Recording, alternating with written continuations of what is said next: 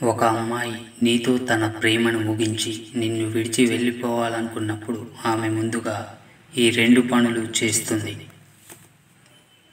మొదటగా ఆమె తన మాట్లాడే తీరు పూర్తిగా మార్చుకుంటుంది. ఆ తరువాత నీ కోసం సమయాన్ని కేటాయించడం మానేస్తుంది.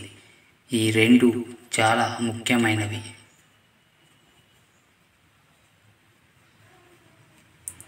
ఇంకా కొన్ని పనులతో మనం తెలుసుకోవచ్చు.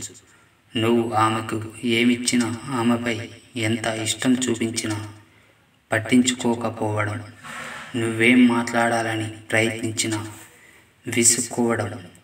ఇలా